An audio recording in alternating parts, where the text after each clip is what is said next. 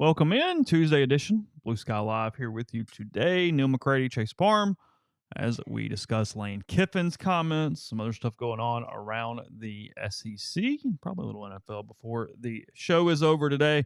Show brought to you every day by Blue Sky locations throughout Mississippi, up and down I-55, North Mississippi as well, including here locally with the Oxford Exxon lunch specials, Sweet Daddy's locations, ribs, pulled pork, side items, desserts, and plenty more. As we've been telling you, got a lot of stuff going on. You got kids' games, got activities, got stuff. Let them help you out with all your Sweet Daddy's Blue Sky locations. Again, call ahead. They'll wrap it up. They'll have it all ready to go for you to pick up there with those spots. And again, coming to you from the Clark Ford studio. We are Clark Ford's in Amory, Mississippi, 662-257-1900 is that number. Call it. Ask for Corey Clark. Tell Corey what Ford product you're looking for. What's wrong? No, we're good. No, we're fine. He'll send you a quote within 15 minutes in business hours. They do a great job at Clark Ford. They want to be your car guy. They want to be your truck guy. It's not just words. They'll prove to you what that means when you make the call. 662-257-1900. Guest will join throughout the week on the Campbell Clinic hotline. From fractures and sports injuries to complex spine and limb conditions, the pediatric orthopedic physicians at Campbell Clinic Oxford are the only specialized pediatric orthopedic team in North Mississippi providing expert care for growing bodies. Visit CampbellClinicOxford.com to schedule an appointment or call 901-759-3111. No, I'm good. Still trying to carry the old computer through, so I had a little bit of a lag there as we were moving along. So it's fine. Start with Ole Miss today. Lane Kiffin, he was as interesting as you can be coming off a game that was 40-6, and you have defeated whatever the hell the total points scored versus allowed is at this point. I guess 168-9. That's correct. Is that correct? That's right. Okay, quick math there. No one took college algebra 3 times, but we got that one. We'll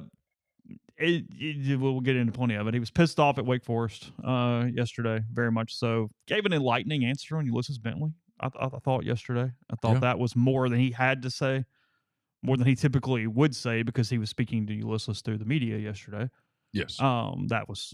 He was not answering to us. He was answering to Ulysses during the course of that. And other players too. Yeah. And I think you touched on this, and what he said, what he meant multiple times yesterday is, if you're an Ole Miss fan and you've been sort of excited, anxious, annoyed with all the Florida stuff, yesterday all the way around was a pretty good day for you because of where Lane's mindset is currently, the things that he clearly not just worried about, but annoyed or emotional about, that has nothing to do with today.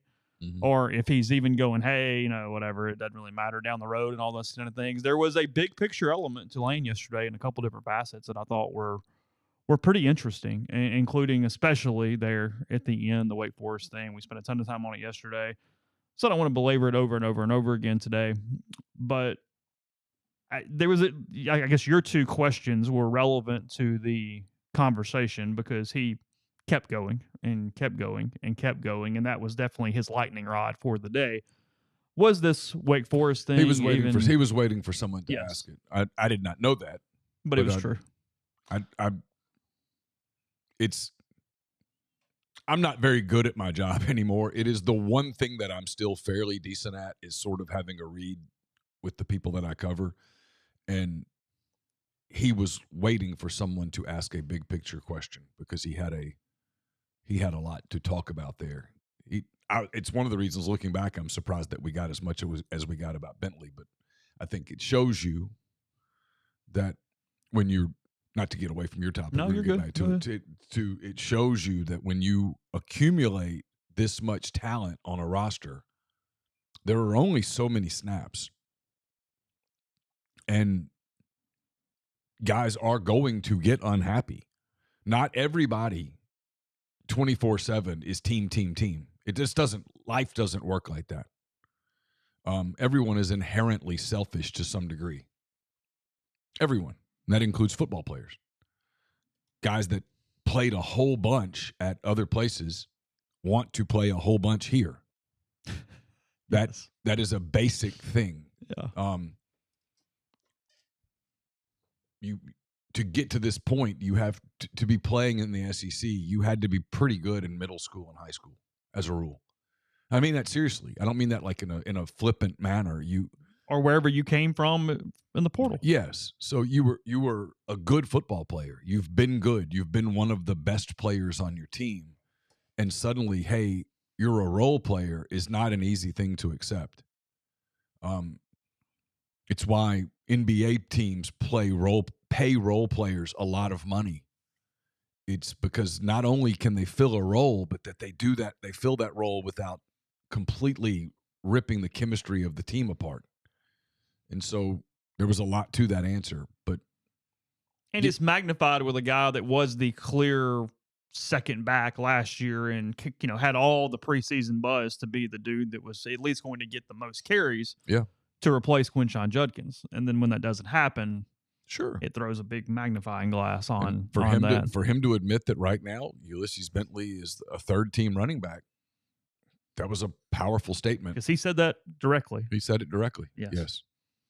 So that's where he is right now. I thought that it was illuminating, him pointing out that it was a pass heavy set, and at least it's true, but the implication being that Bentley's not as good in pass pro as Parrish specifically. Parrish has become a better every down back as they run this offense. So there were even some little Easter eggs inside his answer. But yeah, at the end of the day, it was messaging to him that the other guys, whether it's just simply results or effort or whatever you want to put into that, we're not at practice every day. I don't know what the hell all went into it. Nope. But at the same time, it is a clear delineation with where the expectation was and where it currently is. And yeah, it's important that somebody's going to sprain an ankle. Well, it's important you say that. We've had no practice access since the last 10 days of camp.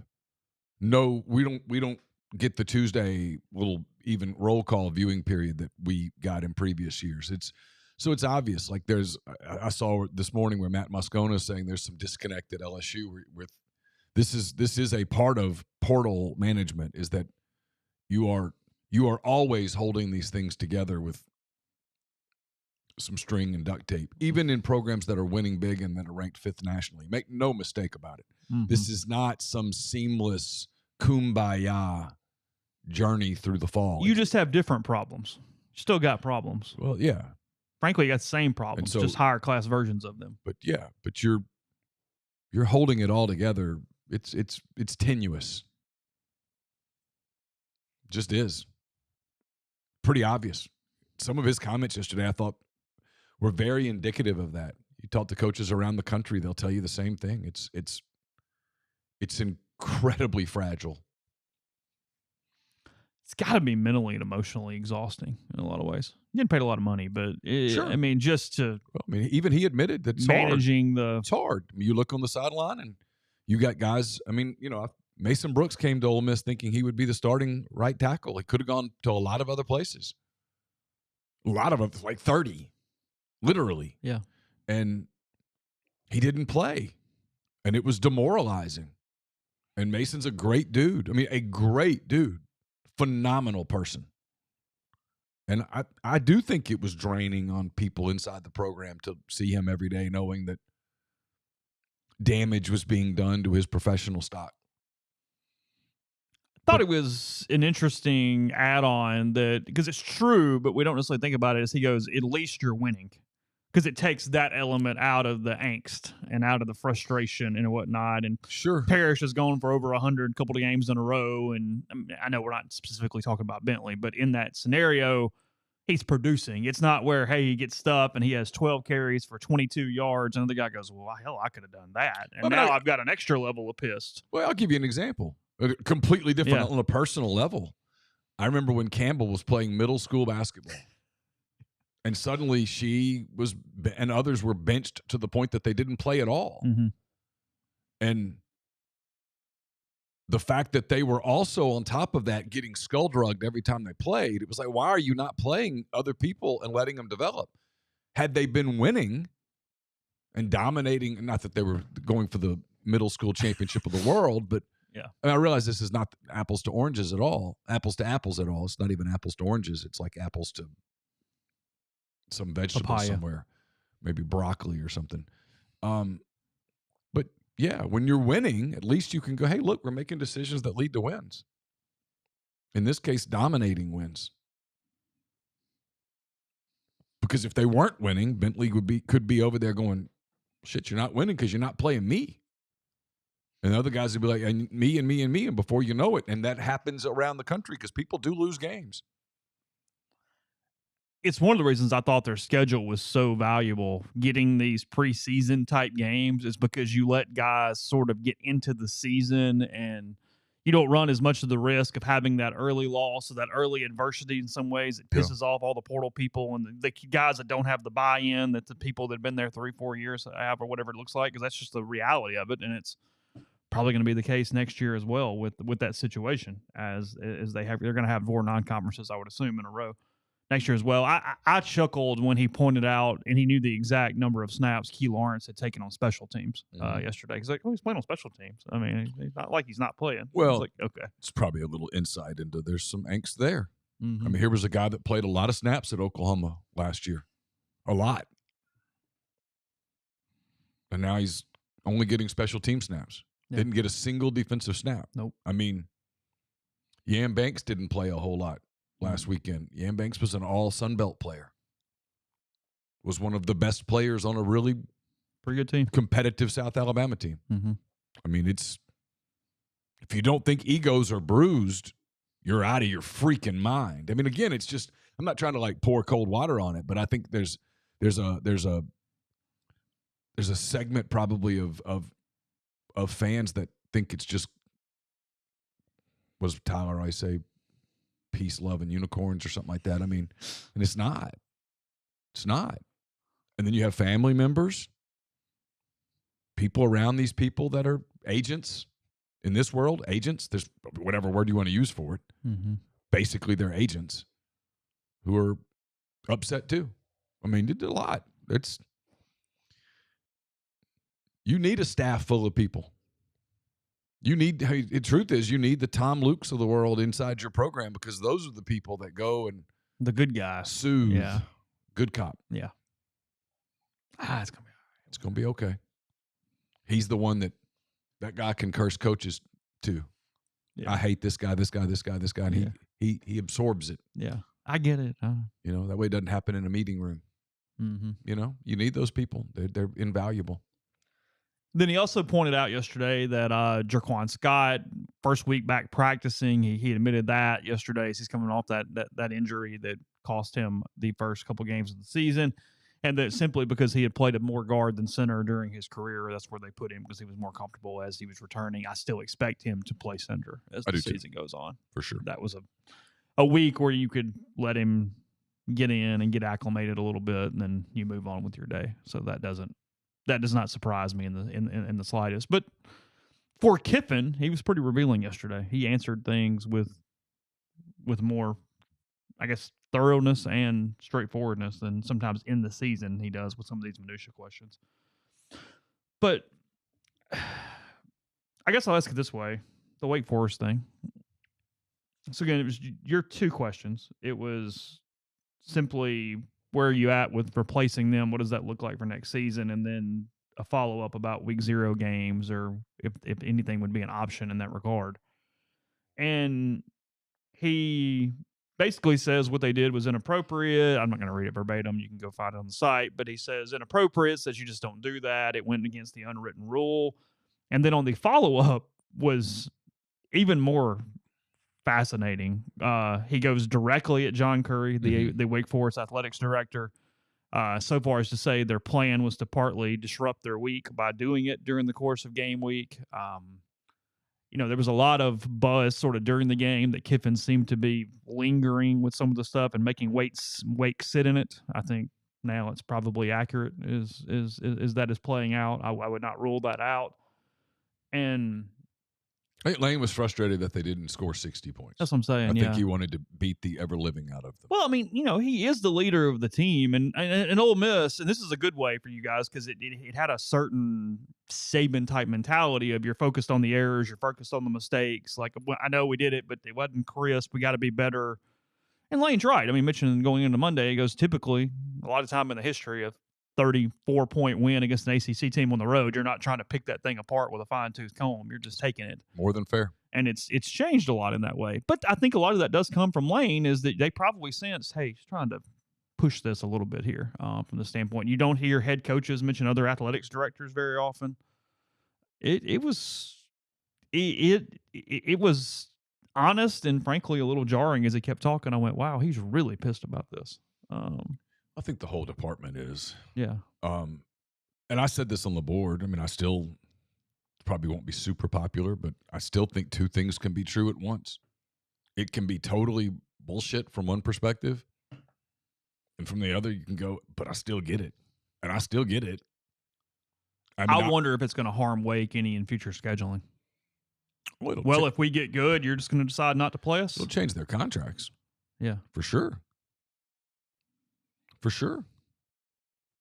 But man, I mean, I've said this numerous times. I don't think people understand exactly what I'm saying. I'm being literal. The two teams weren't even playing the same sport Saturday night. That game was not competitive. It was never competitive. Think about that. An SEC team played an ACC team, and it was never competitive.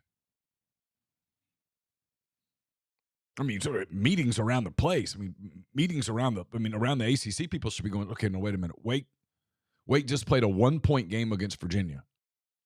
And they could have easily lost by 60 points. Yeah. I mean, I'll just change 2 plays. The bad snap. Yeah. That's 7 points. They were going to score. And then Ole Miss was going to score on 4th and inches at the goal line if Jackson hadn't gotten the penalty. Yeah. That's 14 points. Well, it's 10 because they got a field goal. Yeah. So that's 10. So now we're 50-6. Now it's 50-6. So, I mean, easy. 2 plays and it's 50-6. And frankly, like one of Wake's field goals came as a result of a remarkably bad call. And bad calls happen in games. They happen. So don't even leave that in. Just change 2 plays. 50-6. In a game that was not competitive at all. 0. Never. Not one single snap. No, because Ole Miss went right down, first drive, scored, and you went, well, okay, that's it. Peace. Yeah, I mean, I heard people in the room yesterday doing the whole, they were big step up from Middle Tennessee, and I was like, not really. I think Georgia Southern's probably the best team they will have played. Yeah. Georgia Southern's not good. I mean, I think Wake Forest would beat Middle Tennessee, but Jesus. They would, but I'm thankful to God I don't have to watch it. Well, you get to watch Duke Middle this week. All right. Again. Very similar to Wake, so it's fine. But no, I thought the fact that Lane talked big picture with clear emotion about big picture. I'll say this. These words might come back to haunt me. I completely understand why national media and especially Florida media write about Lane Kiffin, especially if you work at a publication that is click-based, where you have a click quota. Thank God I've never worked in that scenario because I don't think I'd be very good at it. But I don't think as of today, September the 17th, it's a super real thing. I don't. And I'm not one of these people that's like, he's never leaving. No, I think there are places that he would leave for. I'm not convinced that's one of them. Not today. Maybe something changes in 2 months. Things change. But today? No, there was nothing about yesterday that signified there was anything more than very, very focused on Ole Miss now and moving forward. That was it. Completely.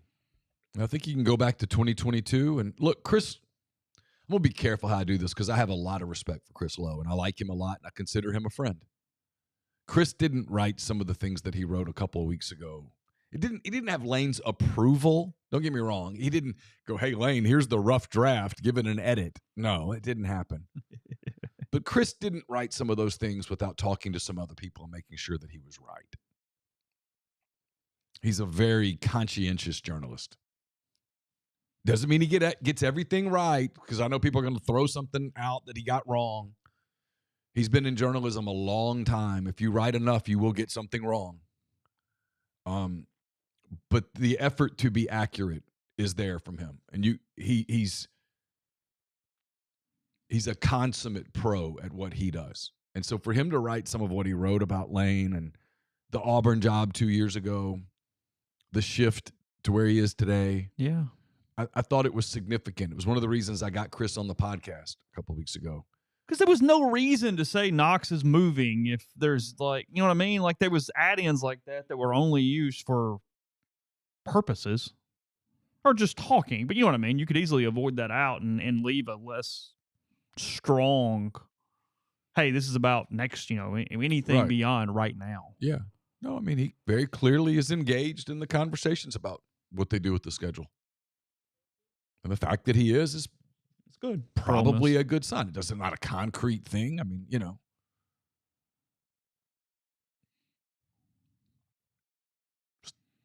I thought it was interesting. He's also really enjoying a roster that can go win a title or be in the conversation of. Yeah. As much as he talks about loving the 21 team and the 23 team for different reasons and all that, there is a segment that we knew in camp that has continued is he really likes the toys. As you would. Sure. I mean, so it has a different level and element to it. It's a very balanced roster. He's got a lot. They've spent a lot of effort. There was some failure that went into building this roster. They learned a lot from a couple of years ago, clearly. Learned a lot from last year when they went and got just pummeled in Athens. Yeah. This is easily his best team. It's the best Ole Miss team I've covered, and I've been here for a good while now. It's not even particularly close. It has a different mentality than a lot of teams. I thought his answer about the players talking about how they left plays on the field in a 34-point win was significant. He's like, yeah, I felt that, but for the players to say it meant something. Yeah, I just thought there was a lot there. But yeah, they were legitimately pissed at Wake at Curry.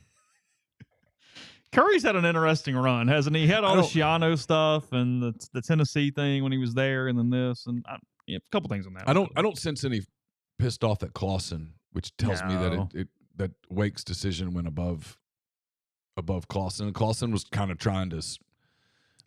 In hindsight, now looking back, we didn't know it at the time. Was trying to kind of.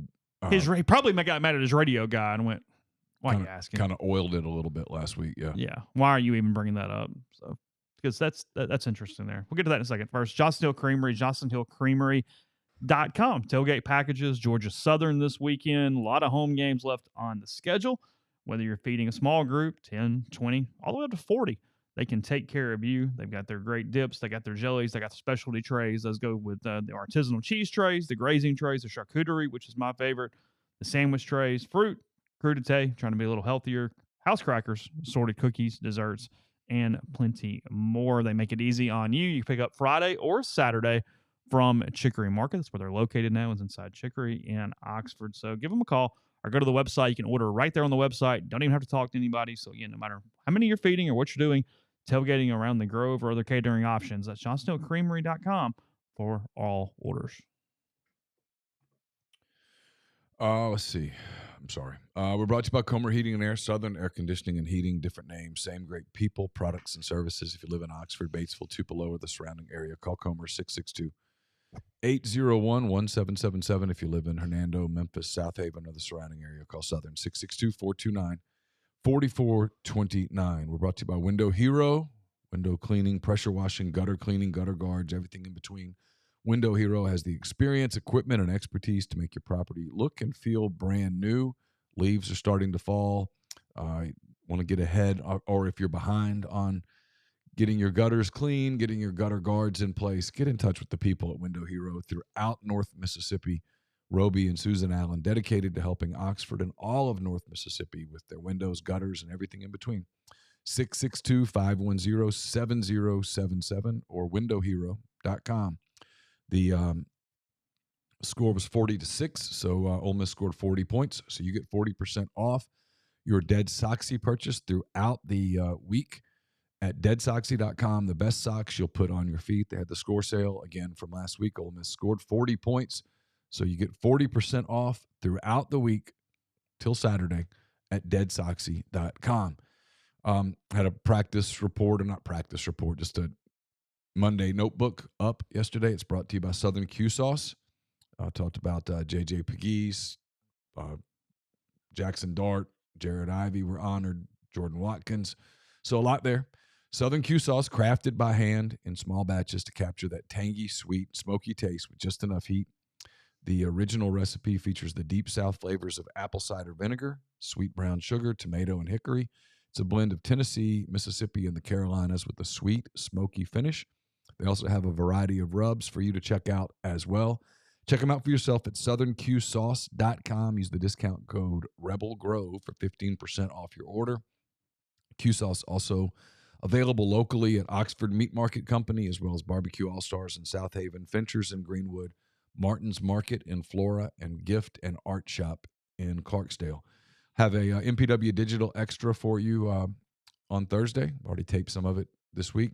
It's brought to you by Rustic Revivals, based out of Flowood, Mississippi. Rustic Revivals builds tables and other furniture by hand with locally sourced lumber. The husband and wife team of Josh and Ashley Pierce specialize in custom-ordered tables, beds, dressers, coffee tables, bookshelves, decorative cabinets, chairs, and more. They have a limited selection of ready-for-pickup pieces available in the shop as well, and they deliver within 250 miles of Flowood. All pieces are sealed for protection. Listeners get 10% off their purchase by using the code REBELS10, REBELS10. You can also go to rusticrevivalsms.com, Rustic Revivals on Instagram. Check them out at Facebook, Rustic Revivals MS as well. 228-217-1243, or you can email them at rusticrevivals@gmail.com. I've had Wendy's nugs dipped in sauce. You've had them covered in sauce. Wendy's new saucy nugs take the crispy and spicy nugs you love and turn them up to 11. Choose between flavors like buffalo, honey barbecue, garlic parm, or if you're a real heat seeker, try spicy ghost pepper. Only a Wendy's signature spicy nugs. I dare you. 7 delicious ways to try the nugs you already love. Pick a flavor, grab some extra napkins, prepare a nug like you've never nugged before. For a whole new way to nug, gotta be Wendy's at participating U.S. Wendy's. Yeah, that's Curry. That's admin. That's not Dave Clawson. He did not appear to have ill will directly at Mr. Clawson. I don't think he really knows Dave very much. I don't think that's the one that they've come across. Yeah, I feel like now looking back, that was on the radio guy a little bit. You know what's going on. You know they're not coming back. I guess you're giving him a chance to say it out loud, but or he didn't know, and someone should have said, "Hey, don't ask this." Mm-hmm. FYI, we're focused on this year. We are not focused on next year. Yeah. With just hey, do me a favor and don't ask about next year. I'll tell you why later. Yeah, capiche? Cool.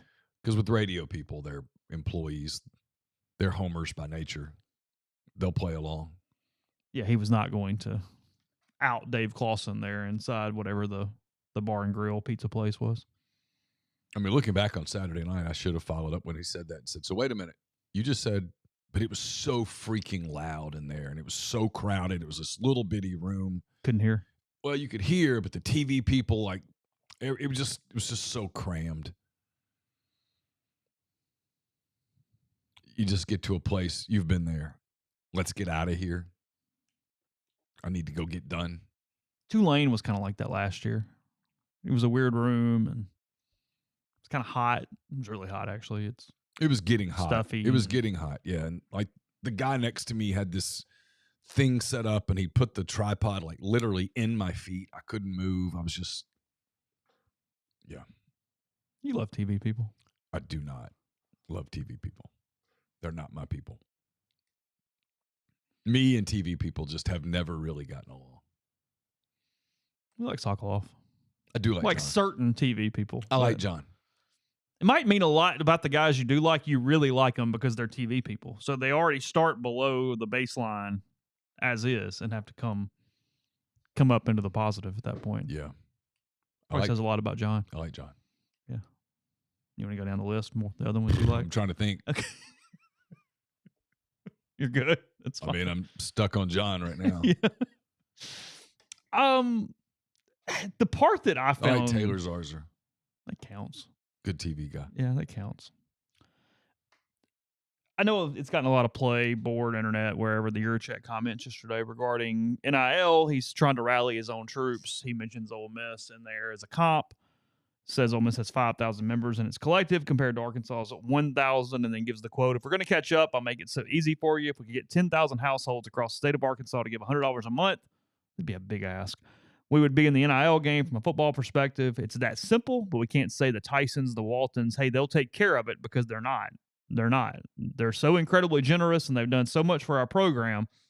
But if we're really going to get a handle on this NIL and remain competitive, we need to rally people across the state, and we've really got to take some pride in the Razorbacks. The part of this I was reading from D1 Ticker this morning that made me really laugh was Kenny Hertz Perry attorney Mitt Whitner, who does a ton of NIL stuff and NCAA stuff, says, quote, Arkansas's AD is asking donors for NIL money to increase the football payroll.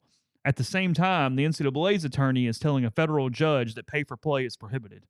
Explains very clearly why Judge Wilkin didn't buy it and the House settlement and everything got set aside and tossed. I mean, yeah. I think for a while you can just go ahead and spend that $22 million you're going to use on House settlement revenue. I don't think we're close to the finish line on that bad boy. Nowhere close. I think they're going to try to still fight it in court. Sure. What do you have to lose? Nothing. Try to find. I mean, legal fees. That's it. Try to find a majority of people that think it's dumb and try to win the case, or at least get mitigated far less than it would be in a settlement. I mean, they're kind of backed up against a wall. Might as well fight. It's the losing and the lack of direction, right? I mean, why is Arkansas so far behind with the? I've told people this to the point where I'm going to start trying to be consistent and disciplined about it. I don't understand this. I can't relate to it on any level, and so like I hear him say that, and I'm like, holy shit, $100 a month? That is my reaction. Well, that's what I said. I mean, just pragmatically, that number is not feasible. That doesn't make sense. I wouldn't think, but I mean, obviously people do it. So I hear that and I'm like, what? That's my reaction. But he's calling for a 1,000% increase in people and probably a 500% increase in price. That's not possible. Yeah.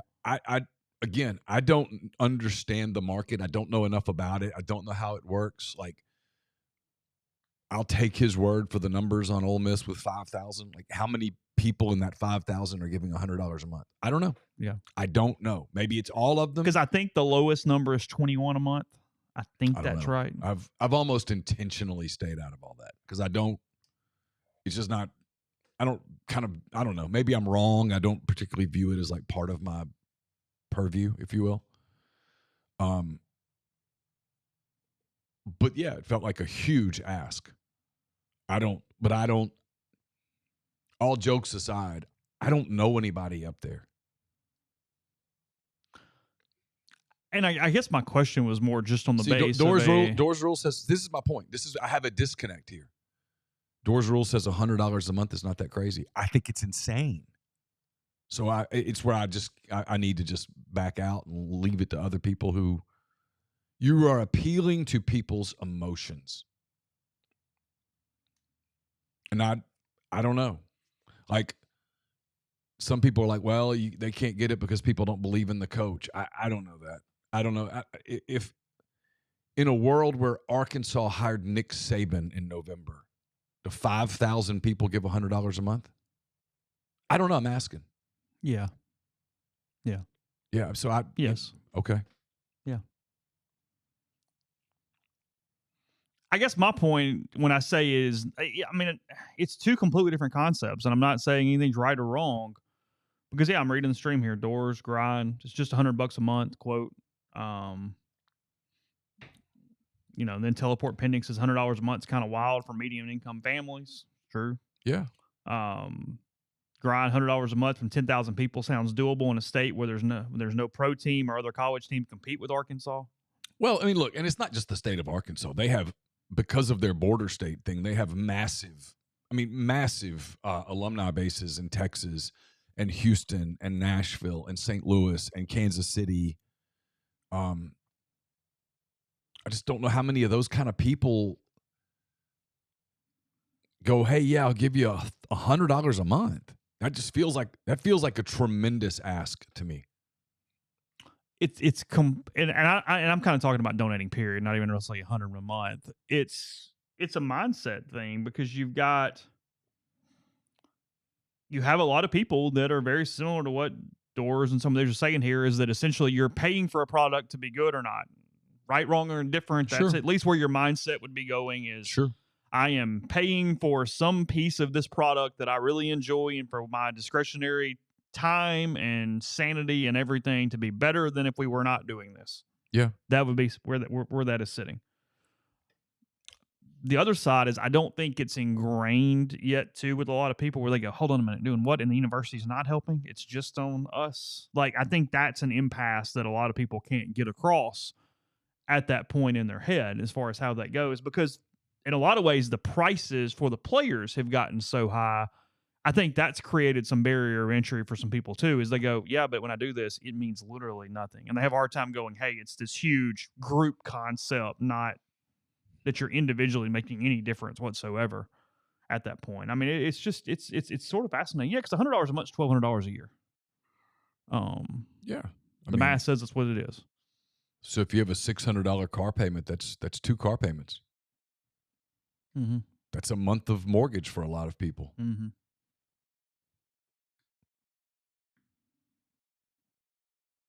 Yeah, I mean, BWL says until there's a salary cap, I just don't get donating. Philip Shue says 40 to 75,000 season ticket holders in the stands. You spend way more than $100 average a month for those tickets, so an extra 100 is peanuts. Yeah, it's across the board. I mean, it's fascinating. I'm enjoying the stream right now because you're getting 0 to 100, all sides of what it is or isn't.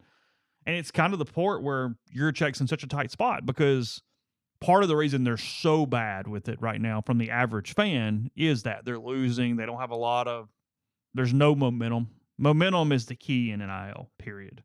That's why Ole Miss is trying to maximize this season for next year's NIL, because you got to replace all these people, and you're going to do that a ton more at 11-1, 10-2, playoff, whatever it ends up being, versus they went 7-5, and you go, well, I mean, that didn't work.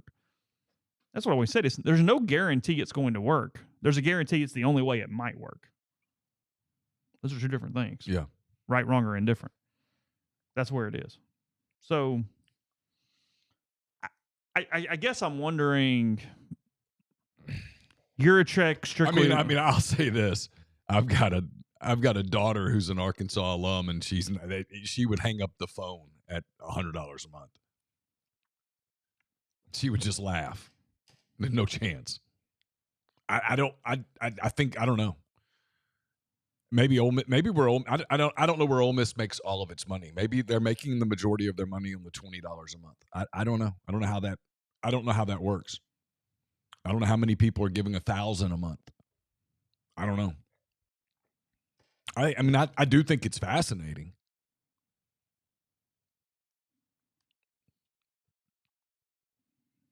Well, you can get the Rebel Grove subscription for less than 1 month that we're talking about. So I mean, that is peanuts. I mean, it's. I mean, I can tell you if I gave $100 a month to a sports collective, I would fear for my existence in the evenings when I fell asleep. And there's a lot of people that do that. I mean, somebody says, hey, mine started with dropping some other thing that costs the same amount. They literally decided the Grove Collective was more important than Disney Plus. Sure. Or Netflix or whatever your thing is. Sure. Coffee 3 days a month at the prices that some of those specialty lattes and stuff are at this point. I mean, I'm scared of what some monthly and your annual coffee prices are around households at times.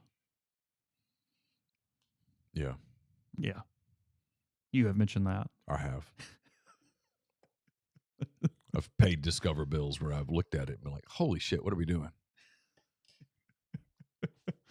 I mean, what is, I mentioned the stream here. If I go to Starbucks and I order a large venti, vanilla latte, what am I paying a day? What is that going to cost me? I don't know. It's got to be over $5, right? Oh, I would think so. Yeah. Because I only get drip from coffee shops. Caroline has stopped calling me while she's in the coffee because she doesn't want to hear. She doesn't want me to hear the price. Oh, I'm like, what do you get for $9? And she's like, it's my coffee, and I'm like, yeah, $9. Yeah, and they have plans where you have different tiers. I mean, it's not $7. It's not. I mean, it's not $100 is the minimum. No, I know. I think it's 21. I mean, I'm using that number because that's what he said yesterday. So that's clearly Doors Rule says $7 to $9 for coffee a day. I'll take your word for it. I don't know. Yeah. I can honestly say I've got a lot of ices, and that ain't one. I mean, if I go into a coffee shop and just order a drip, I'm still probably paying too much for the drip because it's like $3. How many times a week would you say you go to a coffee shop? Oh God, way less. I only do it if I'm meeting somebody somewhere. Like I've been doing a lot of intern stuff, so I meet them at the coffee shop typically because where else am I doing it? So I do that. And I'll typically be like, hey, you want something? And I'll go up and just because I'm using their services and their time, I'll typically go and just get a coffee and act like I'm helping the place out. Sure. But no, I mean, we're talking less than once every 3 weeks. Yeah. No, that is not one of my. Starbucks offers a variety of popular drinks, including the cafe latte. So just their cafe latte is going to run about $5. And then some other stuff goes up higher than that.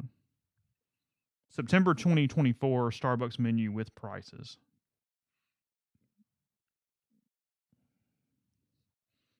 Cafe Americano $4.75, cappuccino $5.95, caramel macchiato $6.75, pumpkin spice latte $6.95. Just their Pike Place roast $3.75. So white chocolate mocha $6.95. How many calories in a white chocolate mocha?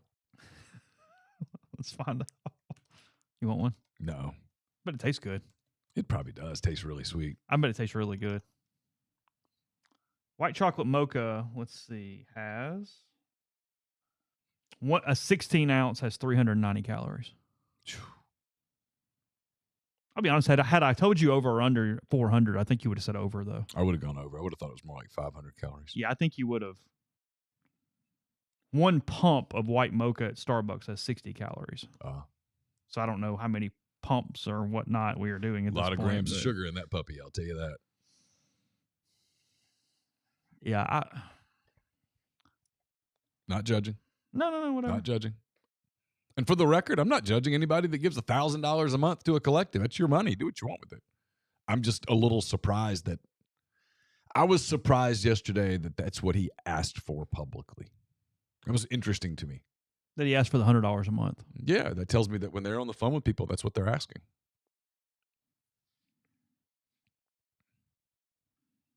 Venti pumpkin cold brew $6.27 out the door. Okay.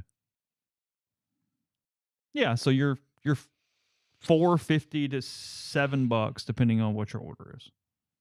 And that's assuming you don't get a cake pop or some little egg bites or a medicine ball or. Campbell gets the medicine ball routinely, but I'm not paying for hers anymore, so do what you want. She can do whatever she'd like to do your money. there. Your money. What do you make? I mean, he was simply sending a message going, hey, you guys are using Tyson and Waltons as an excuse too much here. Maybe excuse is the wrong word, but you know what I mean. I assume. I mean, he pointed it out specifically that, like, I do think Tyson is paying the overwhelming majority of their basketball NIL. Not all of it. I have no idea. But, I mean, I do think they are, based on what I've heard, they are a major player in their basketball NIL. And their basketball NIL, I believe, is nationally competitive. And all jokes aside, I don't know about their baseball NIL, but it appears that their baseball NIL is nationally competitive. Though if you listen to people, including Van Horn, they'll tell you that it's not at the top of the league. I don't know how you fund all of this at places like that. I don't. Well, they're clearly not trying to punt football at this point because you can't. No, they don't want to punt football. They've got a 73,000 seat stadium right there in the middle of campus that they are going to try to fill 6 to 7 times a season. This is the last season that the Texas A&M game's on in Dallas. It goes to the campuses starting next year. Assuming they continue to play. I guess they'll play next year, but it won't be in Dallas. This is the last year that it's in Dallas. So they'll be a permanent, right? I don't know. Because most people believe Ole Miss's permanents are Ole Miss or State, LSU, and Arkansas. That has been a very widely thought out thing at this point. Yeah. I don't know. I don't know when they go. Because you'll get 3. When they go to 9, I don't know what It's like I thought the Ole Miss baseball schedule. I mean, it's going to take some getting used to. LSU's not on it. Oh, yeah. They don't play LSU this year. Somebody asking about sugar in a white chocolate mocha. It is 46 grams. That's more than a Coke, right? You ask Lane? More than a can Coke, I think. I'll ask Lane at the next press conference. Let's not. I'll say, Lane, how many grams of sugar in that Coca-Cola again? Just wonder if we could. Got a question. Comparing it to a Starbucks venti pumpkin roasted latte chocolate pump mitts. A peppermint mocha is an excellent holiday. You want to get into the spirit a little bit. A 16-ounce bottle of Coke has 52 grams of sugar. There you go. So just beat out the Starbucks white chocolate mocha. You saved Lane. But if you went to lunch and had a Coke, got a refill, then went and got you a treat with the peppermint, man, you just put 150 grams of sugar. I don't put it past people. I was just at the Atlanta airport. Ours is a healthy country. I've always, Austin, maybe I'm wrong. It has not been declared anywhere, but I do think it's LSU State and Arkansas on your permanents. I do. That's what I've been semi-educated told. I don't know. I haven't asked. I mean, they've kept it a state secret, but I do believe that is what we're looking at there for that. Because they are trying to do that. I mean, Ole Miss, because of, I think, budgets or however they're doing it, you're in a pretty good shape because they are trying to do that balancing thing. So they tier the programs, and even though you're winning right now, and maybe you're going to keep winning, you're seen as the bottom whatever. So you would play, in theory, 2 of those and 1 from the top, whereas the top teams play 2 from there and 1 down. Now, does that reset at some? I don't know. This question is not, but that would make sense because Arkansas would be down, State would be down, and LSU would be up in that theory.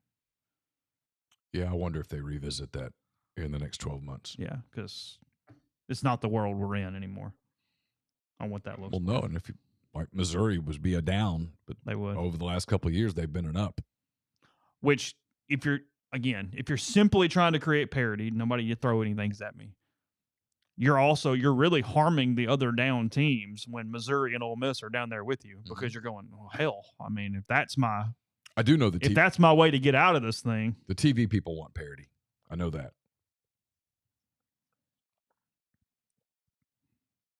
I mean, they're not going to actively lobby for it, but I think it's based off athletic department budget. That's what I think. Or in that theory, it was at least that's what it was based off of. I don't know. But that would make sense if you're trying to look at it from that direction. So, I don't know. Okay. All right, we'll move on in a second. First, tell you about Northeast Spark, NESPARC, service people across rural communities. Remember, they have 2 packages. They have, actually have 3 now. Sorry. They have 3 packages. They have 300 megabytes. That is the same price as the 100 it used to be. So they're tripling the output there for the same price for you. They got the 1 gig. Now they got the 2 gig option as well. So take advantage of that all the way up to 2 gigs. Great for gamers, great for people running a ton of systems at one time, a lot of TVs in your house. 2 gig option with a very slight increase there in price. That's nespark.com or 662-238-3159. Let's see.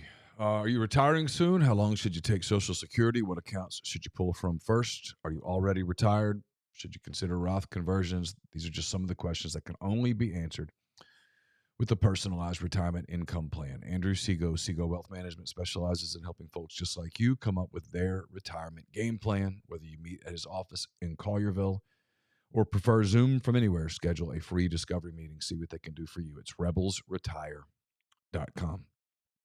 We're also brought to you by Grenada Home Center.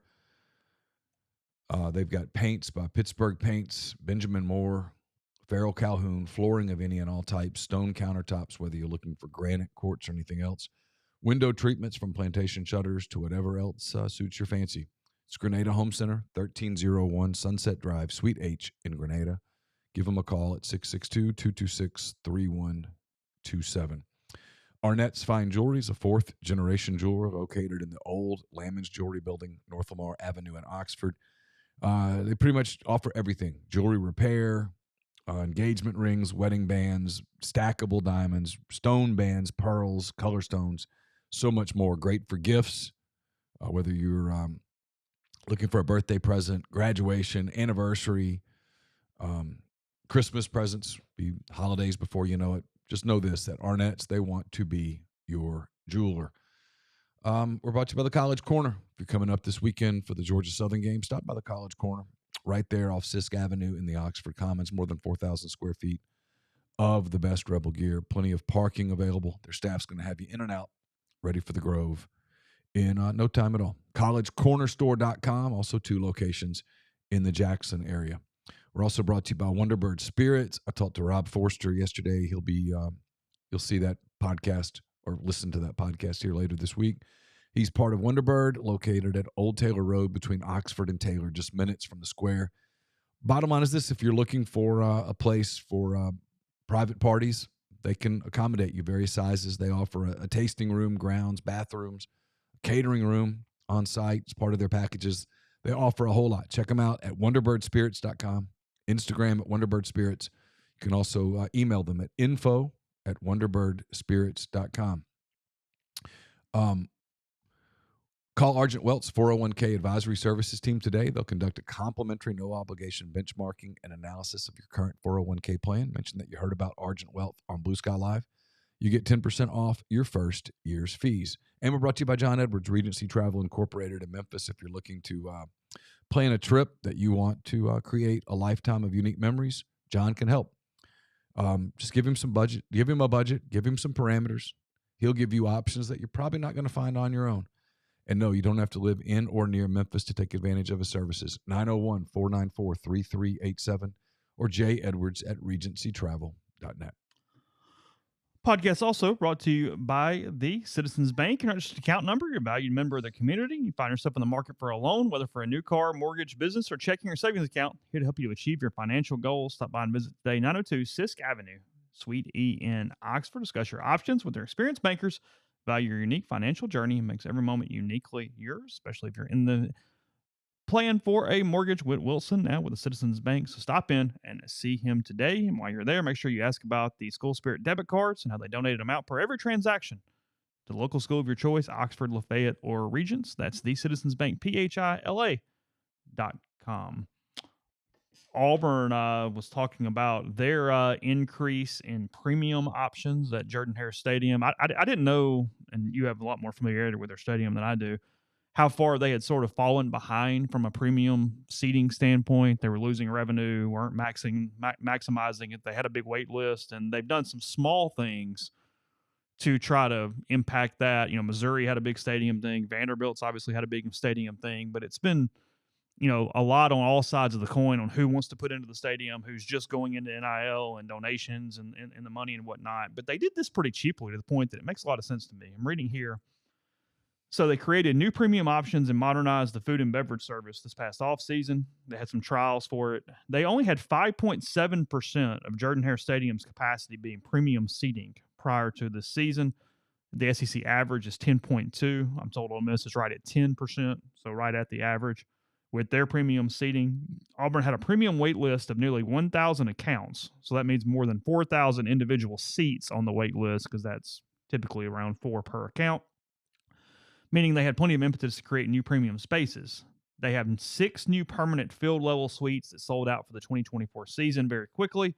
They took an area behind the Auburn bench and converted it into an on-field space accessible as a purchase add-on for any ticket holder, and then took a 1940s era storage space and renovated it and turned it into the new, quote, locker room club designed by whomever. All the projects collectively only cost $1.5 million. Said they can pay it off in about 2 years, and then it will bring in around $1 million in revenue per season for a very small price there. So a way to lipstick the pig, get a few more premium spots without doing the big things that just fiscally are very difficult to make sense right now. Well, and some of these stadiums, and Jordan-Hare's one of them, they're just so old that retrofitting them is very complicated. It's just difficult. Mm-hmm. I mean, I'm no architect, but from hearing people who know architecture, they say it's a lot more complicated than you think. And then they've made a little more money off changing the way that they do and you need food to do and beverage too. And when you do these stadium things, in an ideal world, right, you'd have several years kind of, hey, let's do this right. Let's build it. Make sure we do it exactly the way it needs to be done. And that's not. If you're Auburn, for example, I mean, the day the Iron Bowl's over, you got to go, and it's got to be ready by the next September, or else you're leaving millions of revenue lost if you can't. I mean, like Vanderbilt, we all make Vanderbilt jokes, but Vanderbilt's lost a lot of revenue potentially. And they had to do it because that stadium was a gazillion years old. Yeah, they had no choice. They had to do it, yeah. As long as they kept the horn. I still want to hear the horn when they score touchdowns. Like Kansas is doing theirs right now, but they're able to play at Sporting KC Stadium. Is that what they're doing? Yeah, which really looks great on TV. What does that hold? It's like 30-something thousand. Oh, it's big. Yeah, it's really nice. Okay. Because Northwestern's looks sort of put together because it's so small. It just looks kind of – it's neat on the lake. And I know it's their only option. I get it. Well, they're playing some games at Wrigley once the Major League Baseball season's over. Yeah. But, like, even that, like, in a world where the Cubs had made the playoffs, made a World Series run. Oh, they'd be out. They'd be out, so they'd have to go back to the lake. And that's a lot of money potentially lost. That feels like a ticket nightmare. Sure. Who's in, who's out? What do you do here at Wrigley? How do you manifest this? Because Wrigley can hold 39,000. The stadium on the lakefront cannot. And they have a whole nother season of it. Yeah. That's for 2025 as well. The Cubs will probably try to play again next year. I mean, they ought to think about giving it up, but. Oh, now. I mean, you told me they got you invested for a few days. Like 2 days. I got uninvested quickly. And then it went the way of the dodo? Yeah. Yeah, I don't anticipate being particularly invested next year. You don't think they're going to have a big hot winter session? I'm just kind of checked out on them. It's kind of over. It's not over. It's pretty over. It's pretty over. If they were able to get you back in for a couple days while they were basically at 500 for the third spot in a wild card, it's kind of cynically in. Being honest. Okay. If the Cubs asked me for $100 a month for their NIL, I'd hang up the phone. You wouldn't do that? No, seriously, I wouldn't. It's why I found the Yuracheck thing, like, it was really interesting yesterday. I was like, whoa. I mean, you're being specific about what you want, and it feels like a big ask. And then I hear all the people go, no, that's not a big ask at all. I'm like, wow. It's interesting to me. It further proves that it's why I get mailbag questions about NIL, and I need to start going, I'm not going to answer NIL questions because I'm also wondering if he just simply found a number that was $1 million a month. Oh, I don't know. I had to no. I think that was more thought out than that. He's a smart guy. That was more thought out than that. That was. Or maybe even wanting people that give 20 to bump up to 100. Because he was speaking at the Little Rock Touchdown Club thing. Is that right? I mean, that's where a lot of their older people are. That was a specific. No, that was. Here's what we need. That was strategic. Yeah, I mean, everybody can make rivalry jokes or whatnot, but he's a smart guy. We're going to spend very little time on this outside of probably a couple podcasts, and we'll look at them a little bit. I'm probably got a thing looking at them later today or definitely by in the morning. But Georgia Southern, 2-1 on the season. The loss is actually the game that I thought was their best play. They played Boise really well at home in Statesboro. They lose 56-45. That running back from Boise just ran. Georgia Southern has struggled defensively. They beat Nevada. Nevada's okay. 20-17, and then they played their FCS game, beating South Carolina State 42-14 on Saturday. When you look at their just raw stats, they're not very good. Mm-hmm. They're way down the FBS in offensive rankings and defensive rankings. There's a reason the line is 35 points. Game starts at 6:45, probably ends at 10:45. If we're talking about Georgia Southern past midnight Saturday, something went bad wrong. Like unforeseeably wrong. Because Ole Miss is going to be able to run and throw at will, I would think. And now Lane's not going to run it up on his boy. I don't think so. don't think he's running it up on him. I just kind of wonder if Lane and others are like, hey, look, like the Tennessee thing. I don't think Josh Heupel had something personal. Who they play? They beat the Kent State. I don't think Josh Heupel was like, you know what? I cannot wait to absolutely humiliate Kent State. I think that was Josh Heupel making a statement. I think that was, we are going to put up numbers that leave no doubt in the event that we're 10-2 after we destroy Vanderbilt. We're going to have a really nice front porch. People are going to look at this and go, shit. Curb appeal is awesome. I don't think they're going to leave any room for anything worth, well, you know, their game against so-and-so. No. I don't. So. Owen's side kick up 30-0. He wanted to make a statement, and by God, he did. Well, he did. It worked. I heard it. So, no, I don't know that Lane wants to run it up on Clay Helton. I think Lane genuinely really likes Clay Helton. But I don't think you stop scoring just because. Now, here's the thing. You get third quarter and you're up 35 points. I mean, you do have to have something out. They played the starters a long time against Wake, but now you know the Wake game was kind of personal. But you turn around, you got about 6.5 days before you play an SEC game. 8 SEC games in 10 weeks. Mm-hmm. I mean, over. And all jokes aside, pretty good defense coming in next week. Well, yeah. And then you've got 2 trips to South Carolina and LSU right behind that before you have an open date. So I don't know that you.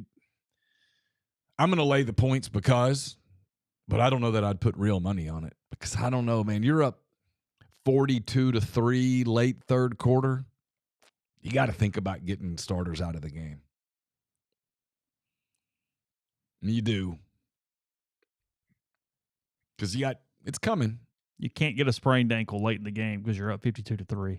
You know, and maybe Ole Miss is about to waltz through the SEC, but that's typically not what happens in league play with everybody. Typically, I mean, you saw it like Georgia and Kentucky. SEC games can get kind of weird. Everybody's. Oh, you're always going to have one that comes out of nowhere and goes, whoa. I mean, Georgia, Missouri a couple years ago. Now, some of that was Missouri was coming a little bit. We didn't know it at the time and whatnot, but you kind of have to get through that. Romulus, thanks for Super Chat. We've talked about that a ton. I mean, yeah, Auburn is and it Lane. Kane Womack? I think it meant to say Lane. Oh, okay. Said Kane. I was thinking about Kane Womack, and I was like, yeah, I think it's Lane. I don't think Kane. I mean, no, Lane would not have played the games. Hugh might have offered Kane the Auburn job, but if he did, I'm not aware of it. Yeah, we don't know. Lane would not have done the Tumor's Corner pancake supper. No. I mean, not to get back on the Kiffin thing and fit, but I wrote this in 2017, so I feel like I was ahead of the curve on Lane Kiffin fitting at Ole Miss. Like way ahead of it. Yeah, he's a perfect fit. And Ole Miss, to Ole Miss's credit, doesn't make him or ask him to do a lot of stuff that he just doesn't want to do. And I don't know that, I mean, Auburn never would have, they would have lost their minds over a coach not doing all the bullshit. Florida, I don't know enough about them, but I suspect Florida wants some of the dog and pony stuff. There's a media question. Let's just, for the hell of it, say State wins and they get rid of Napier and put an interim in like 10 days. I don't know, whatever. Sure. Now, that makes no sense because you give the interim a chance to whatever, but nonetheless, if you're going to dumpster fire it, by God, dumpster fire it, my opinion. Doesn't the media need new clicks for 10 weeks? Like, that's such a long time to stay on 1 or 2 names every freaking day. Oh, it'd be a hard job. Like, you can only say it so many damn times. I mean, I did it for 5 weeks once, and it was hard. And then, frankly, we did it in 2011 for about 9 weeks, and it was exhausting. But we also put Dana Holgerson up one day. Yeah. Or, I mean, if anybody said anything that was even remotely possibly viable, we went with it. Because, I mean, look, I noticed it this morning. I get up, and I'm having my coffee, and I'm looking around, and you've got Reese Davis saying what has become in the national media circles the quiet part out loud, which is Ole Miss today is a better job than Florida because of the way they have everything organized, and Florida clearly doesn't. Yeah. So he comes out, goes there with it, and then I saw Brett McMurphy led his damn podcast with who's better in the long term, Florida or Ole Miss. I mean, they've just completely been this like intrinsically paired now all of a sudden because by God, it's just what we're doing. And here we are. Well, I'm going to have a mailbag question about it. Again, if you work at a publication that is click-based, that is how you get paid. That is how you fulfill your contract. That's why I don't like that mode of journalism. You go with things that even though you kind of know it's not really going to happen, but like I got to have something, right? I mean, I don't know what Brett McMurphy's deal is, but if it's click-based, he's got to come up with stuff that's going to get clicks. And it can't be, hey, let's break down the Sun Belt race. No, it doesn't work. I mean, Lane Kiffin gets clicks. Florida's used to be a sexy program. Steve Spurrier, Urban Meyer, Tim Tebow.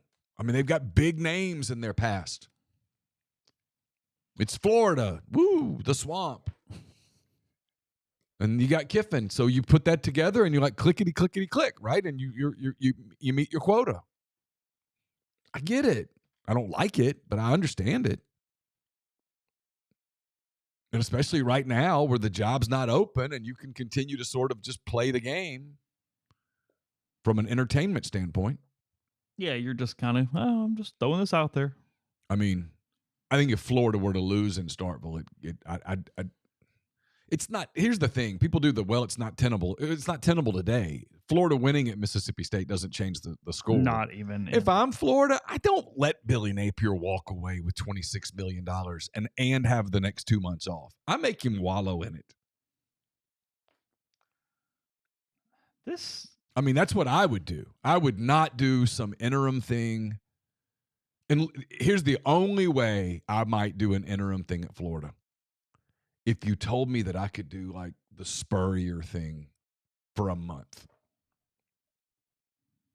Because he's not going to lobby for the job full time. I don't know how old Steve is. I don't know what kind of shape he's in, whether he could even possibly do it. But that might get the fans out and rally around a team and a legend and a guy that means so much to them, something like that. Where even if he got skull drugged 2 or 3 times, nobody would care. It wouldn't tarnish his legacy at Florida. Otherwise, I mean, I'm not doing some deal where I promote somebody on the staff and we accidentally beat somebody and then you get the goofballs in the media that start calling for him to get the full-time job and you know the rest. So I'm reading this here. Somebody mentioned it, and I'll give the cliff notes. I'm moving NFL to tomorrow, guys, so come back and we'll talk about that because I do find this interesting. So Andy Staples story here. I'll read what it's about. We'll go to break, come back, and then finish the show talking about it. Tennessee to add 10% talent fee to ticket prices to raise money to give to players. Says they're preparing for a world in which schools pay athletes directly by charging fans a talent fee to pass along to the players, though the House versus NCAA settlement that would usher in a new era of revenue sharing is yet to be approved by a federal judge. Danny White told On3 that his school will implement a plan to add a 10% surcharge to all season and single game ticket sales. If the settlement is approved, schools will be allowed to pay blah, blah, blah, blah, blah, blah, blah. And that number is closer to 30, not 22, because a lot of things that we've talked about in the past, it's irrelevant right now. But anyway, it says here that this will he hopes to recoup about $10 million of that through the surcharge, which will come in addition to a football ticket price increase averaging 4.5% across all seats. Knowing any hike in ticket prices would produce consternation, they decided the best way to handle this would be to explain which part of the new money will be earmarked for the players. It's a talent fee. It's going directly to the talent. It's going to our student athletes as part of this new world order in college sports. So I know our fans will embrace it. He compares it to restaurants charging large groups an automatic fixed gratuity on top of the price of the meals. Then this part is what I find even more appealing as an intellectual topic. Is it's still an open question as to whether the House settlement will be approved. Claudia Wilkes decline, all that good stuff. Mm-hmm. We knew that. Mm-hmm. White said Tennessee couldn't wait on the settlement approval to make plans to raise more money for athletes. Fans will want to renew their tickets for next season, and the Volunteers have a 15,000 person waiting list for football season tickets. Quote, you're trying to solve a problem when you don't know a lot of the details. We're doing different scenarios all the time, but we can't just put a 10% fee in the laps of fans with a month before the season starts. We have to be prepared. there are financial realities in any scenario. It's going to become more expensive to compete at the level we want to compete at. What what is kind of lost in this, because Andy's talking to one guy, I'm not dogging his reporting, just saying in general, is that every school is trying to figure out how closely to tie with the collectives, where can you give priority points? Can you strictly fund it? Missouri has been way over here going, we're just damn doing all of it, and so be it. Whatever happens, we'll fight it.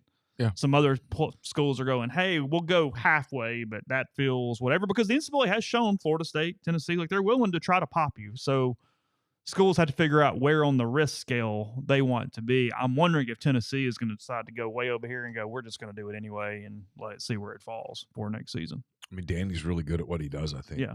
He is. I mean, that's a pretty interesting concept. Now, here's my question. We'll talk about it on the other side. Kind of ties back into what we talked about, right? So let's tie the Yuracheck Danny White thing together. We're going to add this gratuity, essentially, to your tickets. Yep. Are we also going to, hey, still sure would like that $100 a month in addition? Or is that instead of?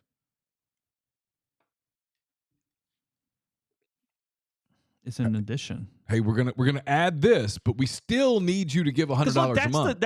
That's the thing in this, is no matter what the revenue sharing ends up being, the collective still are going to exist. That's not the end of it. Yeah. It just means it's going to be tax deductible for you to give money. And it's going to give you priority points in whatever school's situation is like that. Yeah. Because you're going to be giving back to the foundations of the whatever inside the school, not simply the collectives at that point. I mean, it does make me wonder, though. And I'm completely out of touch with this. I admit it out loud. But isn't there a point where fans go, okay, that's enough? Maybe not. And then what happens if you don't win? What happens if it doesn't work? What happens if you add all these things and your team still doesn't win? Do you ask for more? How does that work? Well, we would have won more if we just had this much more, so let's add that to the ticket price. Yeah. I don't know. And at what point does that go to a place where fans go, all right, this is crazy? Yeah, because it's back to the others. I'm not saying it's going to work, but I'm saying it's the only way it can work. It's just reality. Where they are. There's a reason the schools that are winning right now are winning. Yeah. So, organization and amount, both of those things. Mm-hmm. So, all right, podcast brought to you by G&M Pharmacy, 662-236-2222. They deliver locally in the Oxford area, and they offer medicine. Fill the prescription same day each month and take care of you. They also transfer your medications very easily. One phone call, they take care of the rest. So whether it is Tyson Drugs in Holly Springs or G&M in Oxford, that's 662-236-2222. Get the beautiful, healthy smile you deserve at Corinth Dental. Dr. Bubba McQueen, Dr. Jenny Beth Hendrick are devoted to restoring and enhancing the natural beauty of your smile using conservative, state-of-the-art procedures that will result in a beautiful, long-lasting smile. From routine checkups to advanced treatment, including implants and Invisalign, Corinth Dental is here to help you achieve your smile goals. Schedule your appointment today. Take the first step toward a better version of yourself. It's corinthdental.com. Are you a displaced corporate executive wanting to put your career in your own hands? Are you an experienced entrepreneur looking to diversify? Either way, Andy Ludicky can help. He's a longtime Rivals board member, a diehard college football fan, franchise veteran. He owns multiple franchises and businesses, uses his expertise to help others find their American dream through a very thorough and free consultation process. So call Andy. Put your life and your career in your own hands. It's 100% free. You've got nothing to lose. Find your perfect franchise at myperfectfranchise.net, Andy at myperfectfranchise.net, or you can call him on his cell, 404-973-9901. I'll have a mailbag to you tomorrow. It's brought to you by Art Hayes, Sotheby's International Realty. If you're thinking of making a move, put the power of Sotheby's to work for you. As a licensed agent with Sotheby's and a supporter of all things Ole Miss, Art can help you buy or sell in your hometown or anywhere in the world, no charge to you. Seriously, so call and ask Art How, 612-805-5929, or email Art at arthur.hayes@lakesmn.com. We'll have picks up Thursday. They're brought to you by Kaiser Flooring. Locations in Oxford and Batesville, Kaiser Flooring provides outstanding quality flooring products and installation services to residential and commercial properties. They offer the best in hardwood, laminate, vinyl, tile flooring, as well as carpeting. Check them out at kaiserflooring.com, or you can call them in Oxford or Batesville. And I'll be taping with Pete DeWeese actually in a few hours for Pete's Pigskin Preview. We'll get that to you on Thursday. Looking ahead to Georgia Southern, it's brought to you by Meadowbrook Wealth Advisors of Raymond James. It's a full-service investment team based in Jackson, providing financial planning and investment management to clients across the state and surrounding areas. Ryan Geary and his partners are a local team that utilize the strength and resources of a national firm to bring their clients an impeccable level of service. If you want to learn more or be added to their monthly market update email list, reach out to Ryan at 601-368-2215 or at ryan.geary@raymondjames.com. Raymond James and Associates Incorporated, member New York Stock Exchange, SIPC. So, yeah, I mean, the question is just simply the legality of it prior to any kind of settlement. Because if a settlement goes through, it makes total sense because everything is strictly. Yeah. I'm cynical about this settlement. Oh, I don't think it's happening. I've been very clear on that. And when I say that, I'm not only cynical like right now, I'm cynical anytime soon. It doesn't pass the test to be approved. It doesn't pass the common sense test. It has to get it passed. It has to prevent further lawsuits, and that is literally not possible under the way the court system works. So here we are. I don't know why that's a secret. Why would current players or future players agree to a cap that's not negotiated? Why? Well, they're not even in the room. That's what I'm saying. It's just two people deciding what they get. So of course you don't even have to have one day in law school to go, that's not going to fly. Literally. What struck me about the Danny White thing is admitting that's what it's for, because that means he either believes some sort of rule change is going to happen or they're fine completely going under umbrella, because otherwise you would just add it and do it and not tell anybody. You know what I mean? You just increase. You go, hey, we're really winning. We're going to increase the prices by 10%, which he believes PR-wise will be untenable. Well, no, because by doing it the way he's doing it, you do at least bring in the NCAA going, hold on a minute, what? Right, wrong, or indifferent. Yeah, no, I respect, if I'm a Tennessee fan, I respect the transparency. Well, there's no doubt there. Hey, here's why we're doing this. Yeah. Okay. Now, maybe there will be people who go, well, that's a bridge too far and I can't pay for my tickets anymore. I give up my tickets. That's every individual person. I don't know. But at least in that situation, and this is kind of my thing on the whole collective thing, what do you get? Well, in that situation, you continue to get your tickets.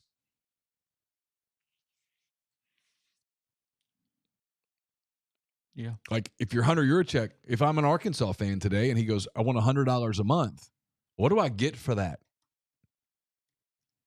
Okay, here's $1,200 now. What do I get? Because if I go to Walmart and I spend $1,200, I'm leaving with stuff in my cart.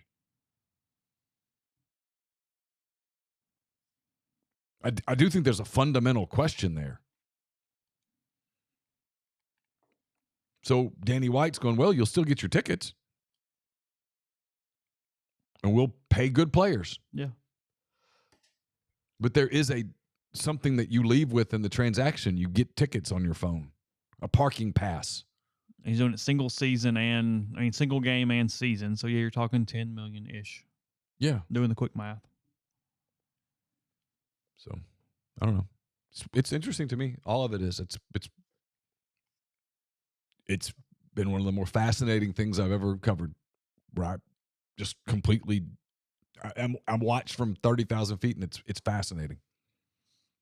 Michigan changed the starting quarterback. That'll fix it. Oh, they had to. But the fact that he wasn't the fact that he wasn't the quarterback out of camp tells you a lot. They're blaming Harbaugh for that, by the way. Are they? Yeah. He had a good day. He's 2-0. He's a good coach. Good coach. Air Force looks like they're going to join the American. I mean, got a lot of news going on. He took the 49ers to a Super Bowl. He won a national title at Michigan. I mean, come on. Oh, he's a good coach. The Harbaugh bashing sometimes to me is like, it's laughable. Weird guy, sure. There's lots of weird people. I do think that's a good idea, CJ, actually making team issue gear Grove Collective primary. make it available somehow. I don't know how that works. Oh. Because that is a frustration a lot of times that team-issued stuff is not available for purchase. Yeah. That would be an incentive that would make sense for me. Yeah, put all the jerseys and stuff on the market. Mm-hmm. Yeah, 100%. Yeah. Whatever Lane wears, here's where you get it. Mm-hmm. Do some drawings, do some stuff. Yeah, I mean, I don't know the legalities Yeah, I and don't stuff, either. but sure. I don't know what Nike says or doesn't say about those kind of things, but to me that makes sense. Hayden Harris says he might be the best CFB NFL combo coach. I'm still going to go with Pete Carroll, but I mean, the resume's good. Yeah. I mean, if he wins the Super Bowl with the Chargers at any point, he's in that same boat. I find the Seahawks less interesting with Carroll gone. I don't know that I realized that I kind of liked Carroll and would sort of follow a little more with him. Because that's sort of what's happening. Is I don't. They're not even in my mirror at all at this point. Yeah. Did you watch Falcons come back and win last night? I did not. Philadelphia 2-9 in their last 11. By the way, try that one on. Well, there's been some signs. He's in deep trouble. Sirianni. He's in trouble. I think Hurts has peaked. I do. I think Hurts has peaked. I don't think he's an elite NFL quarterback any longer. I don't. It's good. He's fine. But I think there are multiple NFL quarterbacks that are head and shoulders better than him. Brown didn't play last night. Is that correct? I think so. I followed and then watched the end. And that was on highlights. I did not watch it live. Oh. I was a millennial last night. Yeah, it never turned on our TV. Brown expects to miss a couple weeks with a hamstring injury. Oh. Per the internet. I mean, he's a big weapon for them. But Cousins came back, drove them down, made a drive. I think it says more about Philly than Atlanta, or at least that's where my fandom is saying right now. But my Cousins is good. He's fine. He's fine. He's not healthy. He admitted on TV he wasn't healthy. No. He tore his Achilles. Yeah. In his 30s. He's very likely he's never 100%. No, he tore his Achilles in his 30s. I mean, it's a devastating injury for anyone. I mean, that's why we probably don't give Kevin Durant enough credit for coming back from that at his size to be as effective as he's been. But even he's not the player he was pre-Achilles. He's not. He's great.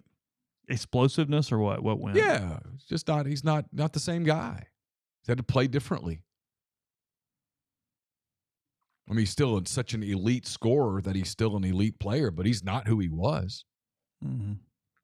He tore his Achilles in his 30s. It literally stopped Kobe's career. Kobe Bryant, who was like the baddest ass badass in the history of badasses. That was it. Was it? I'll run through this one thing, this one NFL thing, and then we'll do more tomorrow. We always need it on Wednesdays if we can get to there.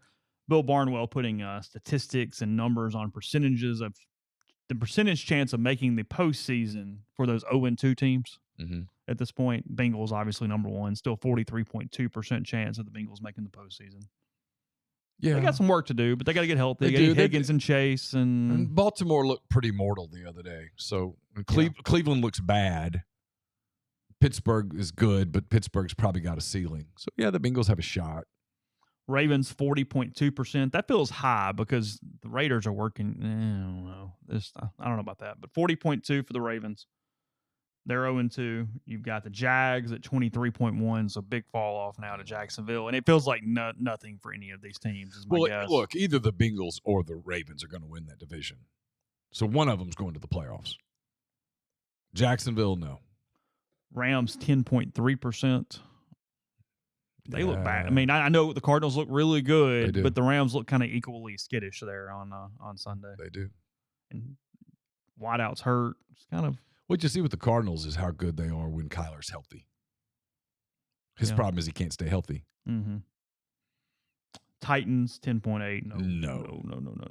the Rams and the Titans should not have the same percentage. No. I get the division's better, but I don't care. Just saying. Colts 22.7. No. Of the playoffs? Yeah.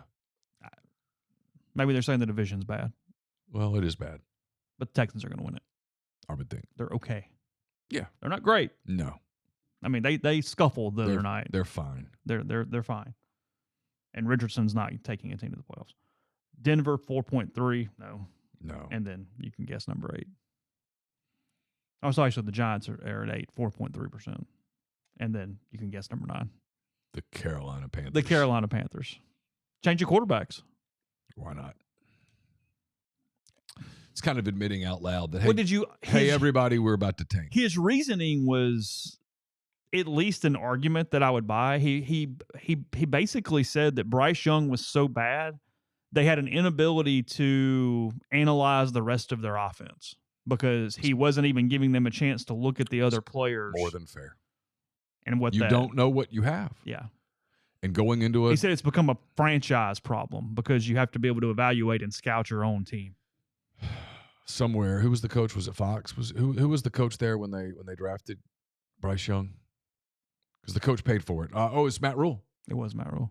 Yeah, Matt Rule somewhere is going, I tried to tell you. Well, they pointed out the new coach kind of looked at it and went, I'm not tied to this guy. That's Frank Reich and was it Tepper? I mean, it's their. I guess so. But the rumor, I think, was that Rule wanted Stroud badly. That would have been better. And the owner overruled. And he gets to say. Sure, it's his money. 0.3% chance of making the playoffs. Good luck if you believe that has any play there for the Carolina Panthers. I mean, I guess they have a chance because they're like mathematically, we're physically only 2 weeks they in. exist, but other than that, yeah, no. I mean, you watch them against the Saints or the and Bucs. that division might actually be sort of competitive now. Saints, Bucs, Falcons. I think there's 2 and maybe 3 good teams in it. Falcons are at worst a 500-ish looking team. Yeah, they are. And I think the Bucs and the Saints both look like playoff teams so far. Saints' next 2 games, interesting. They got the Eagles at home in week 3. They'll be favored. Oh, I think they'll win. And they're at the Falcons the next week. Be hell of a good game. And then what day of the week is October 7th? Is that a Monday or a Sunday? So I don't know. Monday, right? No. It's Monday night. Monday night. The Saints in week 5 are Monday Night Football on the road at the Chiefs. Oh. Yeah. It's got a chance to be intriguing. And they play the Bucs the next week. So we'll know who the Saints and the Bucs are by then. At one point I had thought about going to that Bucs game, but then I get into the grind of the football season and I'm like, nah, I'm good. That's just a killer. What that looks like. That's a killer. Yeah. What that does to you on Monday is just. It's a mess. Although Ole Miss is open the next week. So it's Where's worth that? thinking about. Yeah. Okay. All right. Back tomorrow. Again, a little more NFL. I'm sure some other stuff in college football will happen. Also, rebelgrove.com. In the meantime, a lot of podcasts, videos, streaming, and whatnot on MPW Digital and on our YouTube page where you're at right now. So appreciate you guys, and we'll talk to you tomorrow.